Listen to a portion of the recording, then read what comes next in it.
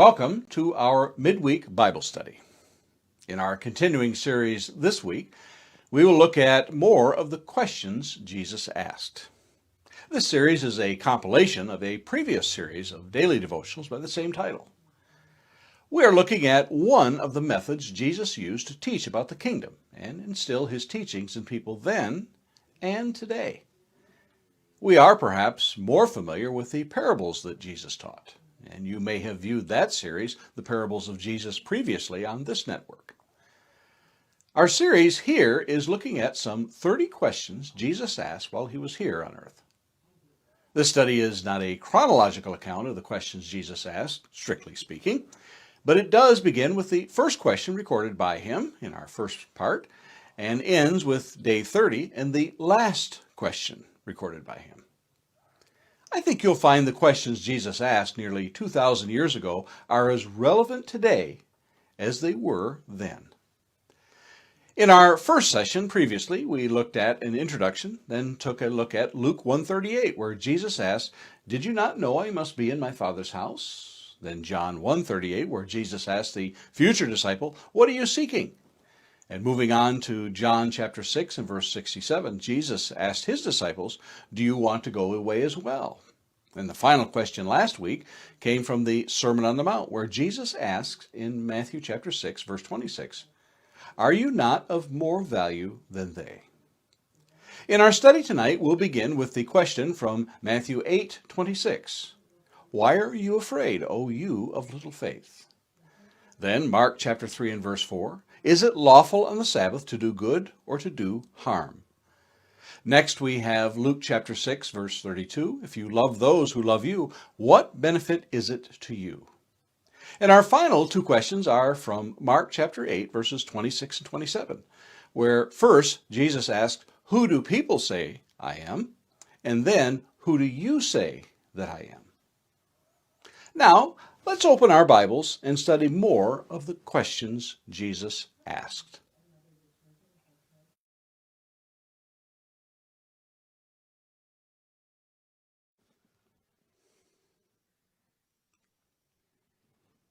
Welcome to another in our series of questions that Jesus asked.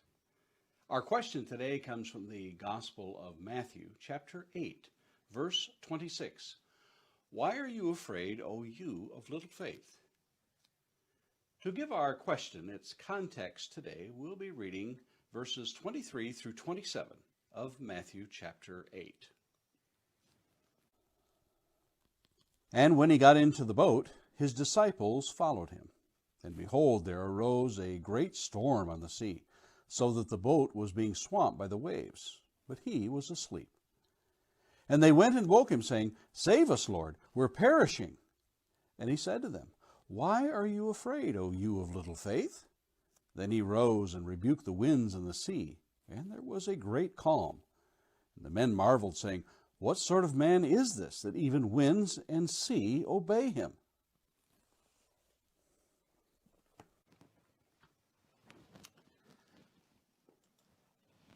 The realm of phobias is rather bizarre and extensive as it relates to those things that we have somewhat irrational, exaggerated, or inexplicable fears.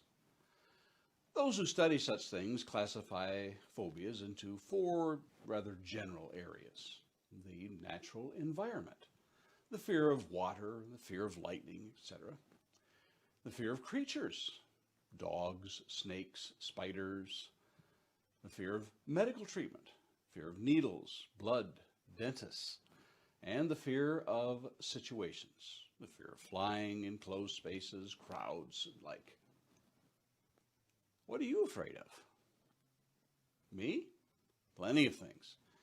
I can rationalize rather well those fears. Heights? Well, after all, who wants to fall to their death? Spiders, snakes, and bees? Do I really have to explain these? Now, our passage gets rather interesting for us. The word for fear in Greek is the same word we use in phobia, the word phobos or phobia. It means to frighten, to be alarmed, or to revere. It is used in passages like Matthew chapter 10, verse 28. And do not fear those who kill the body but cannot kill the soul. Rather, fear him who can destroy both soul and body in hell. However, the word Jesus uses in our verse today in the middle of the Sea of Galilee is not phobos, when he said, "Why are you afraid?" or "Why are you fearful?" as other versions say. He uses the word dailos. It means to be timid or cowardly or faithless, more so than fear. That perhaps goes a long way to helping us understand Jesus' reaction there amid the wind and waves. That is not to say that they didn't feel genuine fear, but their fear in its essence was from a lack of faith, even though the danger was quite real. Now take a moment and think about how many times we read of Jesus sleeping in the gospel accounts. Think about it.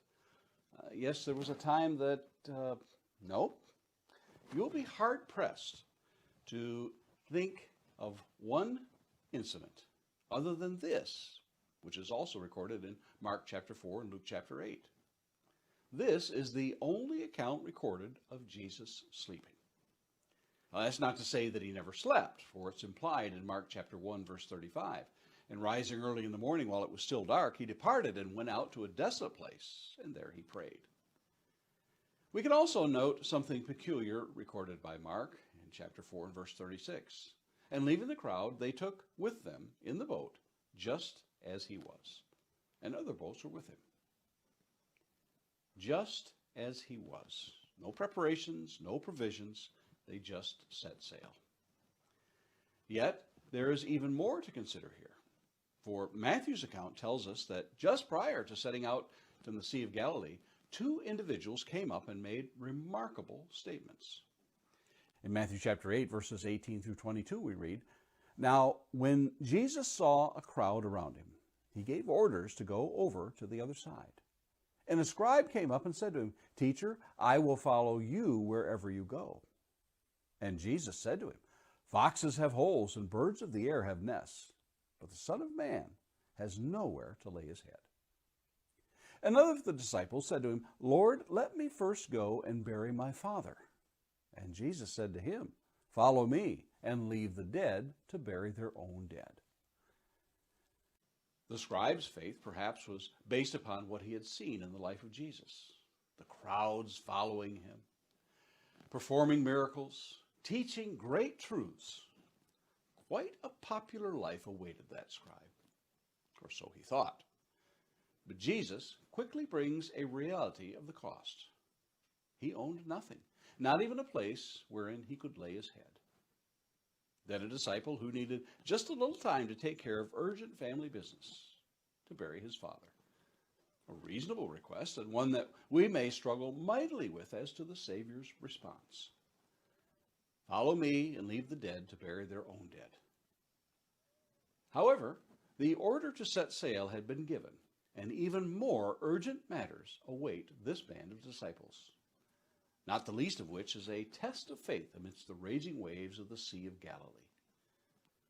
Everything recorded in these three accounts of Matthew 8, Mark 4, and Luke 8 speaks to the appointment with destiny that the disciples must meet there on the waters of doubt.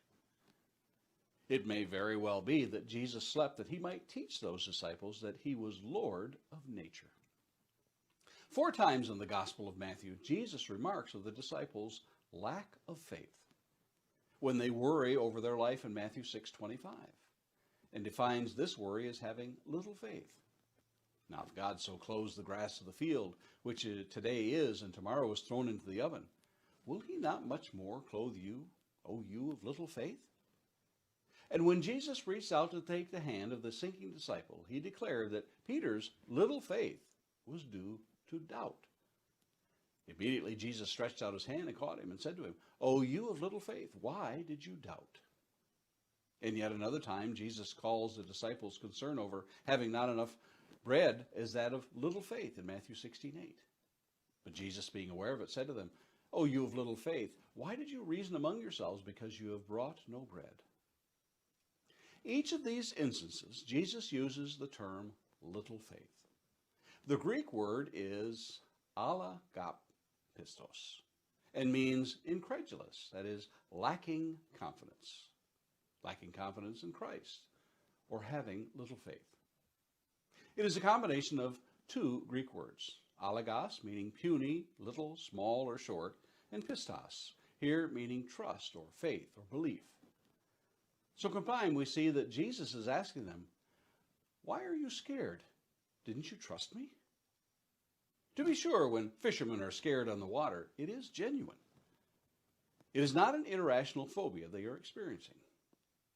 Having been raised on the Sea of Galilee, Peter, Andrew, James, and John, the fishermen of the 12, would most certainly have understood the perilous situation they were in. But isn't that the point here amid the wind and waves that are threatening to scuttle that small fishing boat bobbing on the waters? Isn't that the point when we doubt? Isn't that the point when we worry? Isn't that the point when we are hard-pressed to depend upon our own strength and fail to put the situation in God's hands?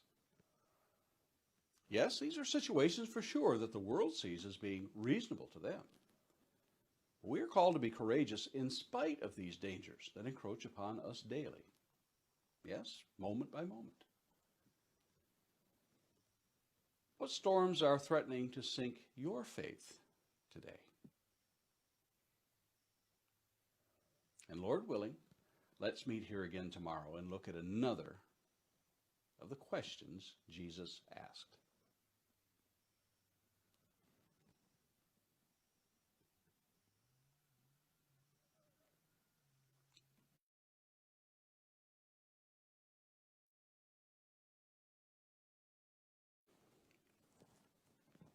Welcome again to our series of questions that Jesus asked. Our question today comes from the Gospel of Mark, chapter 3 and verse 4. Is it lawful on the Sabbath to do good or to do harm? To give our question its context, we'll be reading verses 1 through 6 of Mark, chapter 3. Again he entered the synagogue, and a man was there with a withered hand. And they watched Jesus to see whether he would heal him on the Sabbath, so that they might accuse him. And he said to the man with the withered hand, Come here. And he said to them, Is it lawful on the Sabbath to do good or to do harm, to save life or to kill? But they were silent. And he looked around at them with anger, grieved at their hardness of heart, and said to the man, Stretch out your hand. He stretched it out, and his hand was restored. The Pharisees went out and immediately held counsel with the Herodians against him, how to destroy him.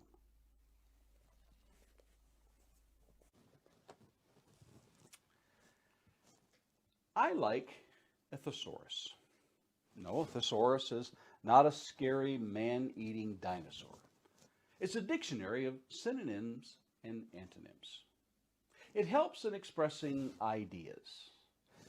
The comedian Steve Martin once said, Some people have a way with words, and other people, not have way. I'm the second one. I tell people, math ain't never been my strong point. Grammar are. I hope they get the point that I'm not a grammar scholar. I say all that to tell you that I sometimes look up a word that I have an idea of the meaning, but a synonym helps cement the meaning in my mind. In this case, the word for hard-hearted.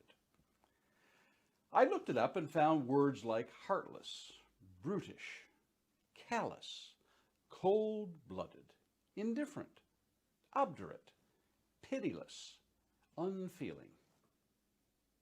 Then I looked up the word for stubbornness. I found the words inflexibility, obstinacy, contumacy, mullishness, obduracy, pertinacity, and pig-headedness. And finally, I looked up the word obstinate. I found words like adamant, dogmatic, headstrong, recalcitrant, steadfast, contumacious, indomitable, obdurate, unalterable. In each of these words, I sought a synonym for. I found the word obdurate, or a form of it. I looked it up and found it was an adjective. It means unmoved by persuasion, pit, or tender feelings.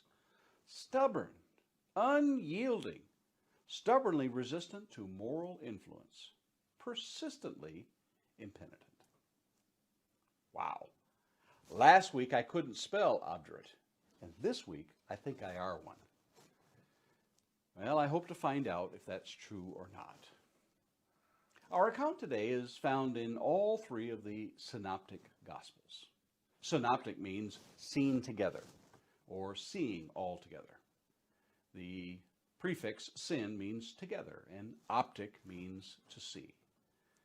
Matthew, Mark, and Luke are generally seen as recording the events of Jesus' life and ministry, similarly, with a few differences that can be explained as a difference of the author's perspective without compromising the truthfulness of the narrative. More than likely, this account takes place in Capernaum, the now home of Jesus, having relocated from his boyhood home of Nazareth after his ministry began.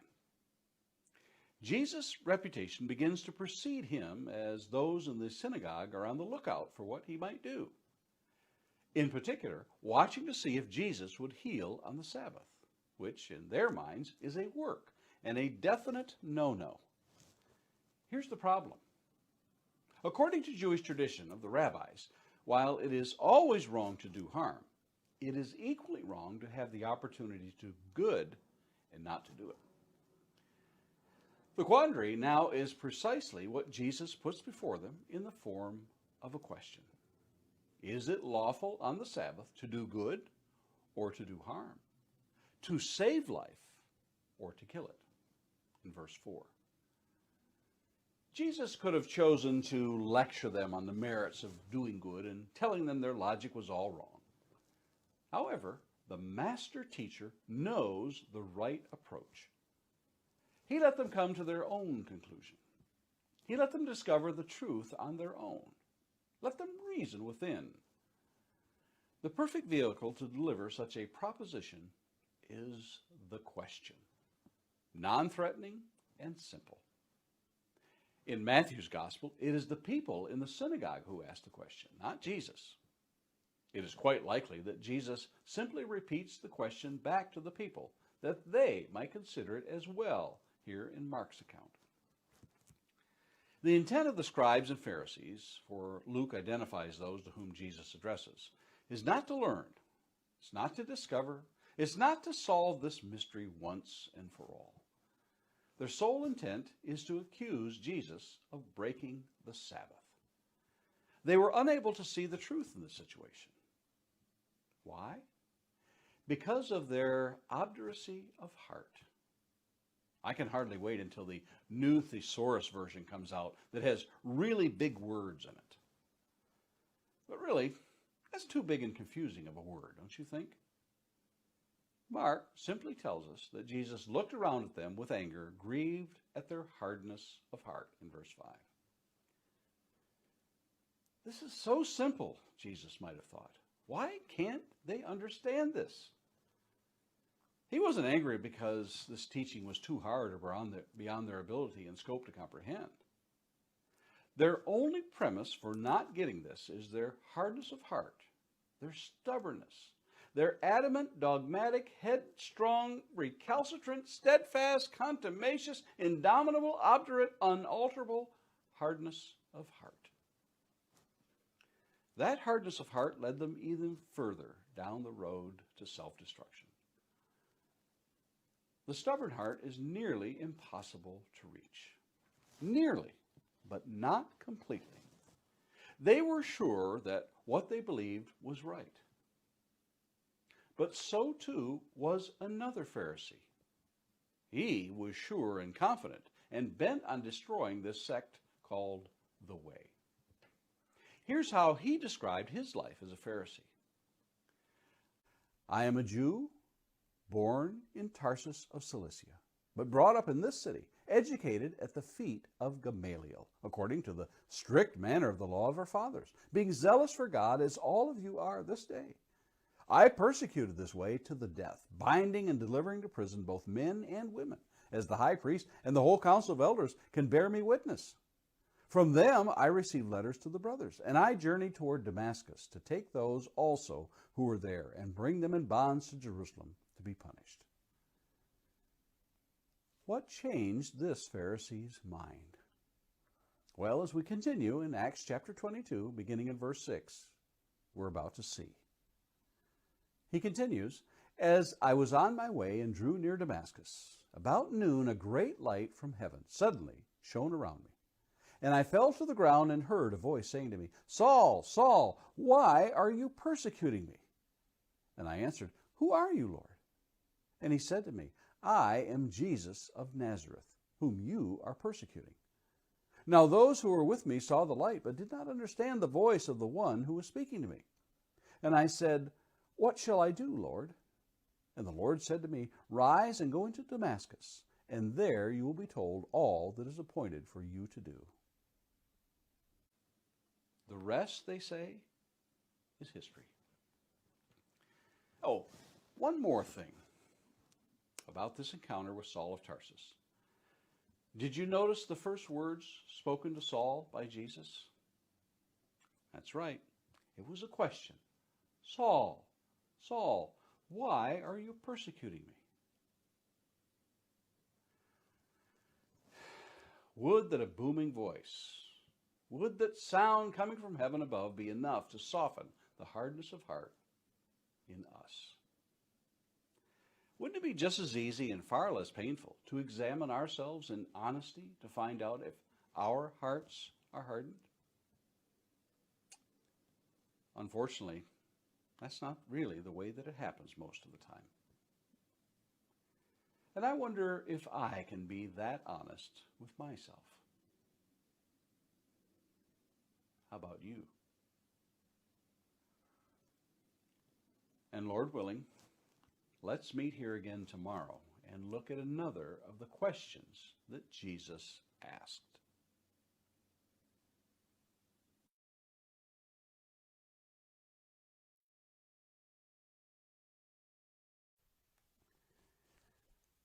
Welcome again to another in our series of the questions Jesus asked. Our question today comes from the Gospel of Luke, chapter 6, verse 32. "If you love those who love you, what benefit is it to you?" To give our question its context, we'll be reading verses 27 through 36. "But I say to you who hear, love your enemies, do good to those who hate you, bless those who curse you, pray for those who abuse you. To one who strikes you on the cheek, offer the other also. And from one who takes away your cloak, do not withhold your tunic either. Give to everyone who begs from you. And from one who takes away your goods, do not demand them back. And as you wish that others would do to you, do so to them. If you love those who love you, what benefit is that to you? For even sinners love those who love them. And if you do good to those who do good to you, what benefit is that to you? For even sinners do the same. And if you lend to those from whom you expect to receive, what credit is that to you? Even sinners lend to sinners to get back the same amount.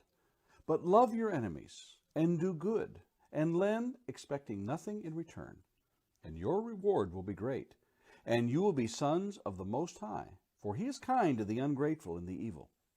Be merciful, even as your Father is merciful." There is a river in northern Oregon called the Deschutes. It flows northerly into the Columbia. As a young man, I walked the trails along the river and remembered seeing very distinct lines in the steep hills that went up at time from the river's edge. Very curious as to see what these were, I found upon examination that these were, in fact, ancient animal trails, whereby they would wander back and forth, zigzagging on these switchbacks up the hillside, eating grass. Since then, I have seen these in many other hillsides in my travels. The animals' repeated walking over these trails has left permanent small ledges on these hillsides.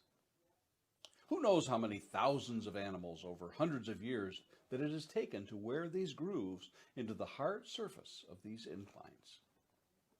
Such is the way of the well-worn path. It takes repeated and constant traveling to wear down a pathway. Landscape architects know of the concept of the desire line.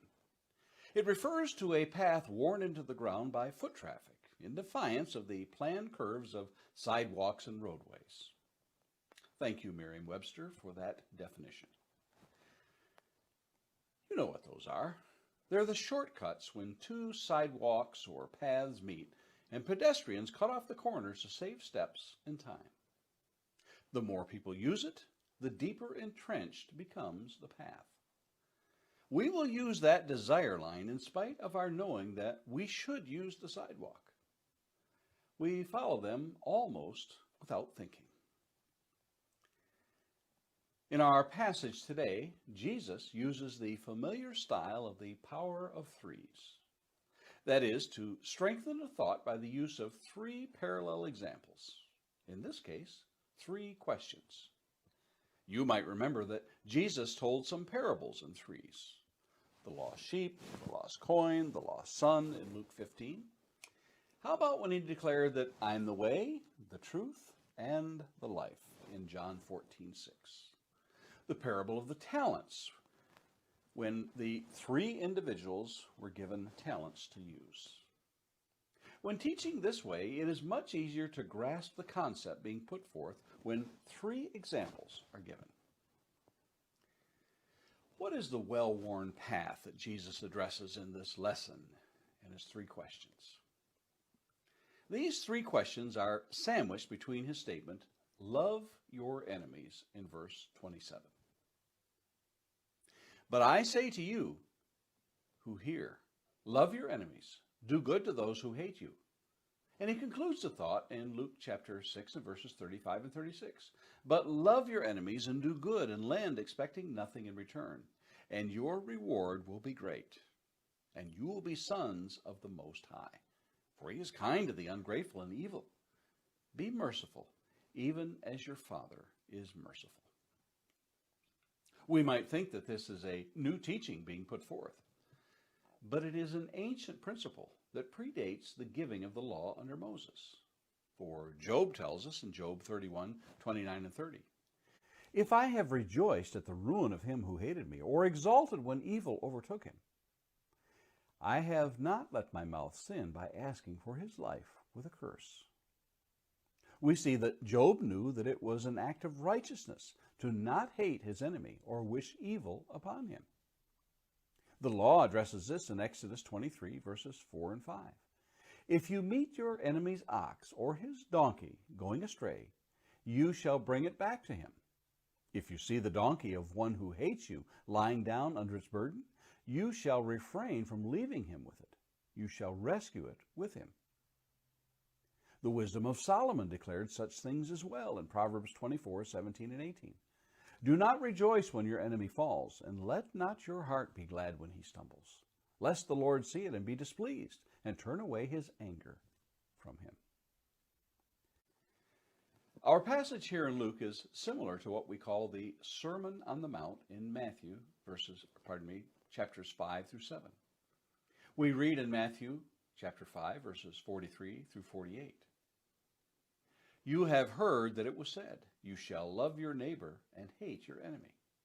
But I say to you, love your enemies and pray for those who persecute you, so that you may be sons of your Father who is in heaven. For he makes his sun rise on the evil and on the good, and sends rain on the just and the unjust. For if you love those who love you, what reward do you have? Do not even the tax collectors do the same? And if you greet only your brothers, what more are you doing than others? Do not even the Gentiles do the same? You therefore must be perfect as your heavenly Father is perfect. No doubt, Jesus taught this principle over and over. It is interesting that he begins this section in Matthew chapter 5 by saying, you have heard that it was said. They perverted the law, which never said such a thing as to hate your enemy. Now, Jesus gives them a new teaching. It is not that we should just love our enemy, but also go far above what the world does. The world loves those who love them. We must love those who hate us. Sinners do good in return to those who do good to them. We must do good even to those who are our enemies. Sinners lend to sinners with the expectation of receiving back what was given. We must give and render charity without expectation of a return. In going to these extreme measures, we will show the world that we truly are children of God. For so he did to us when we were ungrateful and evil. Jesus will visit this theme again and again in his teaching. Even his immortal words on the cross show us the way in Luke chapter 23 and verses 34. And Jesus said, Father, forgive them, for they know not what they do. And they cast lots to divide his garments. In doing as Jesus did, the results will be just as he declared in Matthew chapter 5, verses 14 through 16. You are the light of the world. A city set on a hill cannot be hidden. Nor do people light a lamp and put it under a basket, but on a stand, and it gives light to all in the house. In the same way, let your light shine before others, so that they may see your good works and give glory to your Father who is in heaven. Don't worry about the traffic on that ancient path of loving your enemy. It won't be that crowded.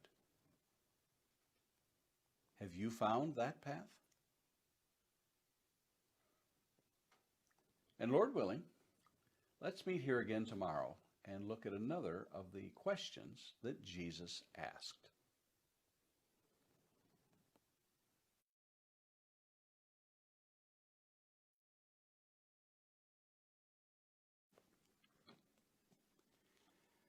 Welcome again to another in our series of questions Jesus asked.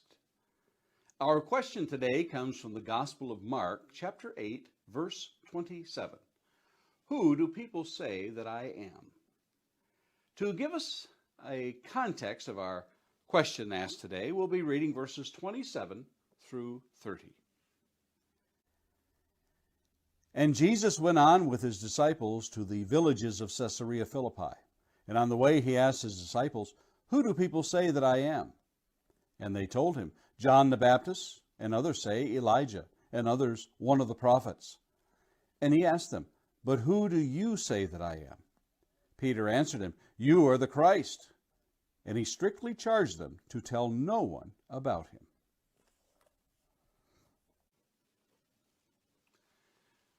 Urban legends take on a life of their own. You know, those lurid stories or anecdotes based on hearsay and widely circulated as true. Alligators living in sewers, chain letters that promise prosperity if you pass it on to 5. Or is it 10? Better make it 15 just to be sure. If you don't pass it on, there are terrible, deadly consequences. Or how about the common person who stops to help another stranded on the side of the road, only to discover later it was a wealthy individual, and then receives a huge check for helping? And don't forget those contrails in the sky spreading deadly concoctions on us. Oh, and don't get me started on UFOs and conspiracy theories. What do these have in common? Turns out plenty. They are stories that have taken on a life of their own due to the rumor mill. You know the rumor mill, that group of people that start and spread rumors and maintain them. People can be rather gullible when it comes to unsubstantiated stories. Stories just believable enough that they might actually be true. After all, a friend of mine had a second cousin whose neighbor worked with a lady who read this in an article written by her husband's third-grade teacher's student who was listening through a keyhole while two strangers were talking. That sounds believable, don't you think?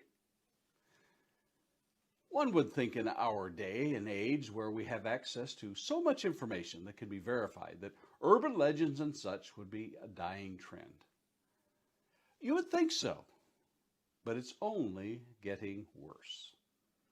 That ancient game of Chinese whispers, known also today as the telephone game, is an example of how cumulative error can be spread because of human error in repeating what they've heard. One child whispers a secret in another's ear, and so on until the end. And then you compare what that last child heard with what the first child spoke, and it's often unrecognizable. Well, what does this have to do with what Jesus asks his disciples? As it turns out, that old game of Chinese whispers was alive and well. Judge for yourself by the answers the disciples give. John the Baptist, others say Elijah, and others one of the prophets. That's a pretty wide range of opinions, but not that unreasonable when you look at them. Look at what Herod thought, as we read in Matthew chapter 14, verses 1 through 3. At that time, Herod the Tetrarch heard about the fame of Jesus, and he said to his servants, "This is John the Baptist. He has been raised from the dead. That is why these miraculous powers are at work in him." For Herod had seized John and bound him, and put him in prison for the sake of Herodias, his brother Philip's wife. The sad end of John came about at the request of Herodias' daughter, prompted by her mother to have John beheaded. We continue with that narrative in chapter 14, beginning in verse 10. He sent and had John beheaded in the prison, and his head was brought on a platter and given to the girl, and she brought it to her mother. And his disciples came and took the body and buried it, and they went and told Jesus. Herod's superstition and guilt no doubt played a role in his thinking Jesus was John raised from the dead. And after all, people would no doubt believe a rumor started by their king. As for Elijah, that's reasonable as well. For the Jews had prophecies of Malachi and Elijah that foretold his coming again. In Malachi chapter 3 and verse 1, "Behold, I send my messenger, and he will prepare the way before me. And the Lord whom you seek will suddenly come to his temple. And the messenger of the covenant in whom you delight, behold, he is coming, says the Lord of hosts." And again in Malachi chapter 4, verses 5 and 6, "Behold, I will send you Elijah the prophet before the great and awesome day of the Lord comes. And he will turn the hearts of fathers to their children, and the hearts of children to their fathers, lest I come and strike the land with a decree of utter destruction."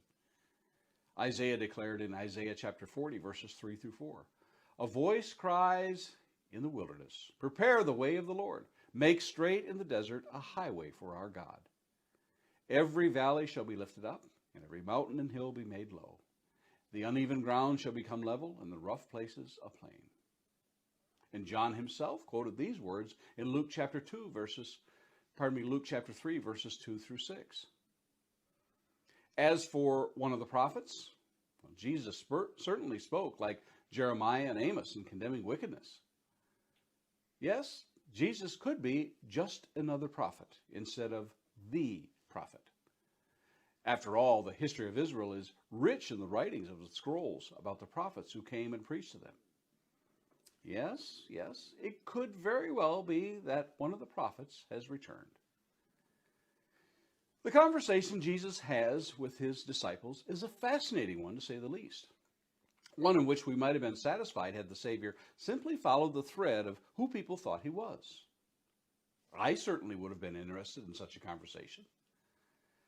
But Jesus doesn't pursue that conversation, because the real lesson doesn't lie in the rumor mill or speculation. The real lesson is that simple question that followed. Those 7 words upon which history and eternity rests. Those 7 words that demand an answer. An answer that cannot be simply speculation, but must be believed and acted on. In tomorrow's lesson, we'll look at those 7 words that Jesus asked his disciples there on the road to Caesarea Philippi. Their answer revealed not just a name, but a faith in that name. Have you answered that question of questions? And Lord willing, let's meet here again tomorrow and look at that question of questions that Jesus asked.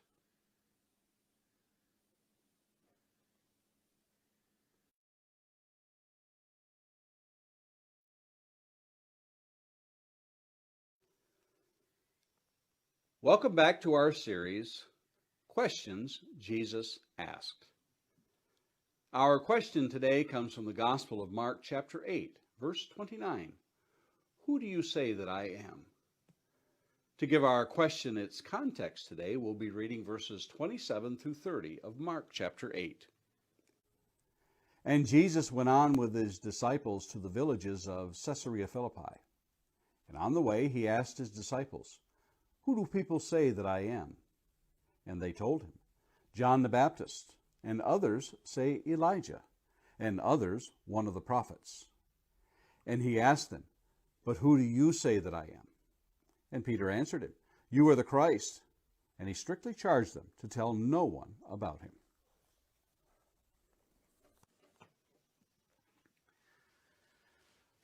The courtroom scene is tense. The drama is building. The lawyer is pressing harder and harder with the questions to the witness on the stand. The defense asks a question in which the witness may be reluctant to answer. For example, how fast would you guess Mrs. Brown's van was going over the posted speed limit when she lost control of her vehicle and led to the accident, which was clearly her fault? The prosecutor might then reply, Your Honor, I object, leading the witness. Or how about this? A witness is asked on the stand whether or not he knew that an incident occurred. He replies, My friend told me that it happened. He was there. At which point the lawyer for the other side would stand and declare to the judge, Your Honor, I object, hearsay. These might be typical scenes carried out in the genre of courtroom dramas we see in movies and on TV. The reality is these very rarely occur. Most legal work doesn't occur in court. It is the tedious paperwork and advising of clients. Not very exciting, I know, but that's the real world. I wonder what the life of the disciples was like on a day-to-day basis. Was there a lot of walking and just a little preaching and teaching along the way? Did the disciples spend a considerable amount of time going after food to feed the entourage? After all, there weren't supermarkets and convenience stores around the corner. The reality is, we aren't given every detail. Remember what John records for us in John chapter 20, verses 30 and 31. Now, Jesus did many other signs in the presence of the disciples, which are not written in this book. But these are written so that you may believe that Jesus is the Christ, the Son of God, and that by believing you may have life in his name. And again in the Gospel of John in chapter 21, verse 25. Now there are also many other things that Jesus did. Were every one of them to be written? I suppose that the world itself could not contain the books that would be written. There were times when only the three disciples, Peter, James, and John, went with Jesus while the others stayed behind. For instance, in the Transfiguration of Matthew chapter 17, verses 1 through 2, we read, And after 6 days Jesus took with him Peter and James and John his brother, and led them up a high mountain by themselves. And he was transfigured before them, and his face shone like the sun, and his clothes became white as light. I use these examples that those breakthrough moments may have been rather far apart in the ministry of Jesus. Consider Mark chapter 4, verses 33 through 34. With many such parables he spoke the word to them, as they were able to hear it. He did not speak to them without a parable, but privately to his own disciples he explained everything. And again by John in John chapter 16, verses 12 through 13. I still have many things to say to you, but you cannot bear them now. When the Spirit of truth comes, he will guide you into all the truth. For he will not speak on his own authority, but whatever he hears, he will speak, and he will declare to you the things that are to come. Jesus' teaching was hard for them. In reality, It's hard for us today.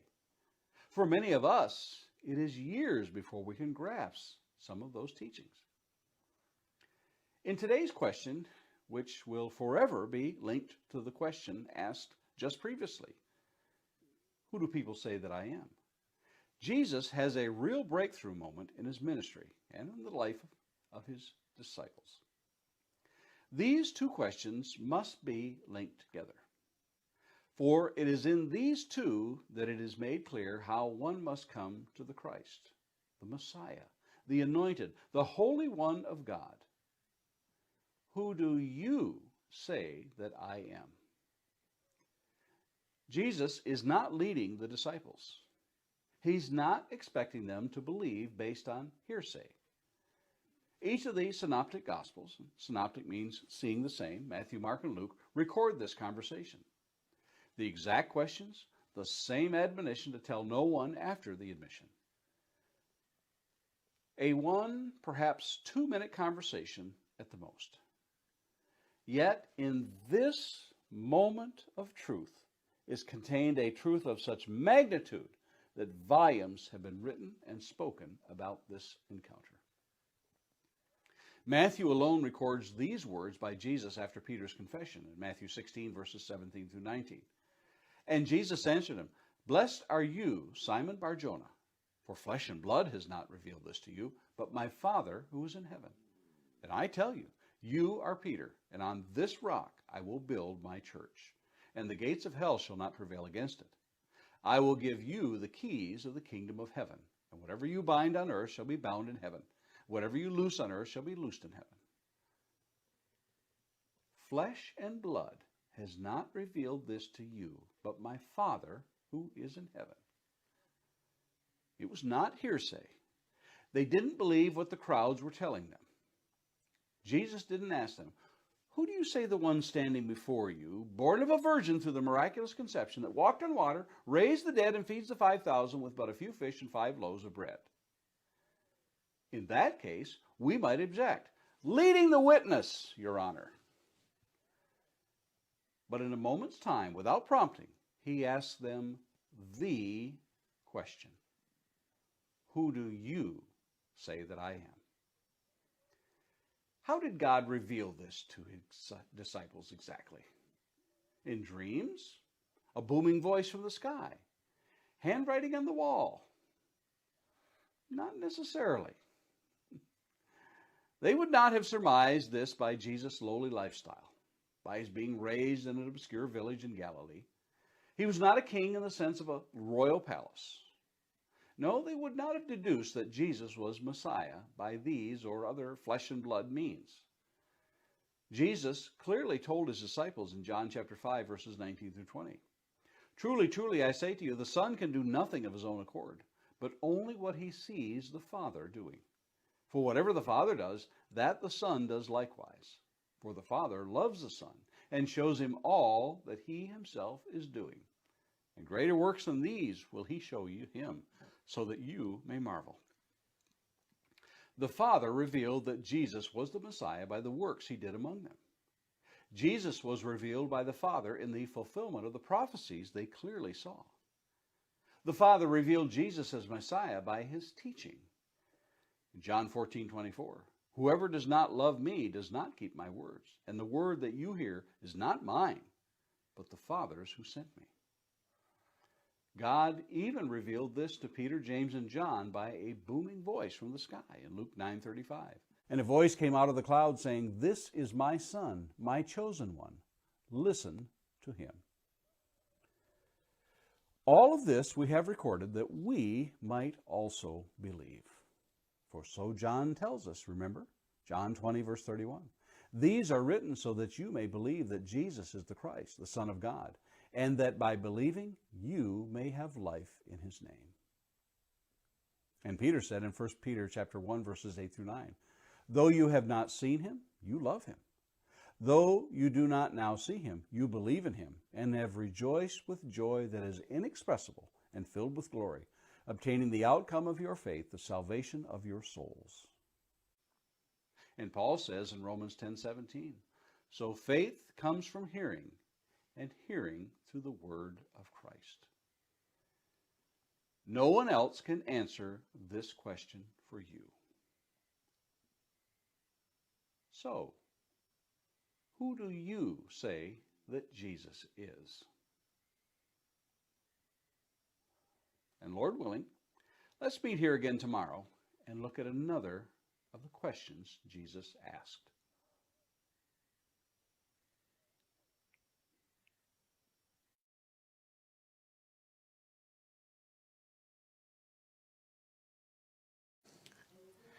I hope you have found this study to be intriguing, and Lord willing, let's make plans to be back here next week for part 3, as we'll look into more questions Jesus asked.